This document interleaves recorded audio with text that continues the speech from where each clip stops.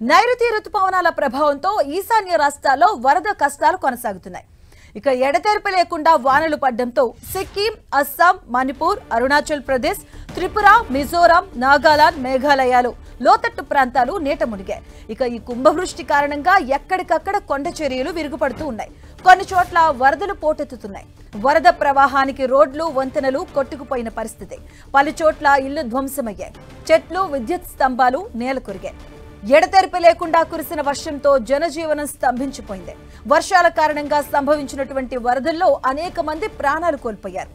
వరదలు, కొండ చర్యలు విరుగుపడిన ఘటనలో 34 మంది మరణించారు. వేల సంఖ్యలో ప్రజలు నిరాశ్రయులయ్యారు.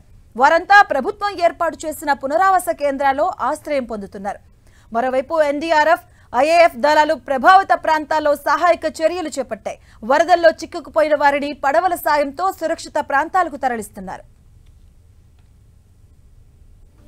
భారీ వర్షాలతో అస్సాంలో పరిస్థితి దారుణంగా తయారైంది.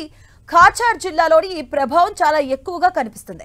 ఇక కుషియారా నదితో పాటు పలు నదులు పొంగుతూ ఉండడంతో 22 జిల్లాల్లోని వరద నీరు ప్రవహిస్తూ సుమారు 4 లక్షల మందికి పైగా తీవ్ర ప్రభావం పడింది.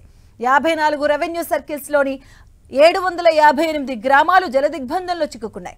వరదల కారణంగా ఇప్పటి వరకు అస్సాంలో 10 మంది చనిపోయారు. ఇక శ్రీభూమి జిల్లాలోని 83,621 మంది, నాగావ్లోని 62,700 మందిపై ఈ ప్రభావం పడింది.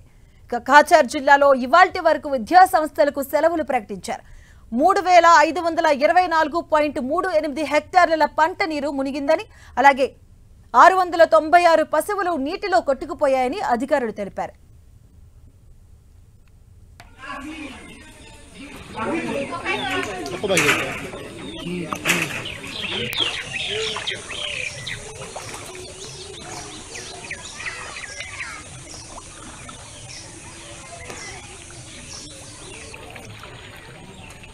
యాభై 52 సహాయక శిబిరాలను ఏర్పాటు చేయగా 10,272 మంది అందులో తలదాచుకున్నారు.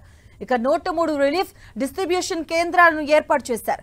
4 జిల్లాల్లో 41,000 మంది వరదల్లో చిక్కుకున్నారు. మరో 4 జిల్లాల్లో కొండ చర్యలు విరిగిపడి ప్రభావం ఎక్కువగా కనిపించింది. పలు జిల్లాల్లో బాధిత కుటుంబాలను రిలీఫ్ క్యాంపులకు అధికారిక యంత్రాంగం తరలిస్తుంది.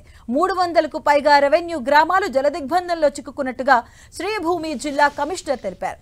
40,000 మందికి పైగా ప్రజలపై ఈ ప్రభావం పడిందని, సహాయ సామాగ్రి, ఆహార పంపిణీ జరుగుతుందని చెప్పారు. మెడికల్ క్యాంపులు కూడా ఏర్పాటు చేశామన్నారు.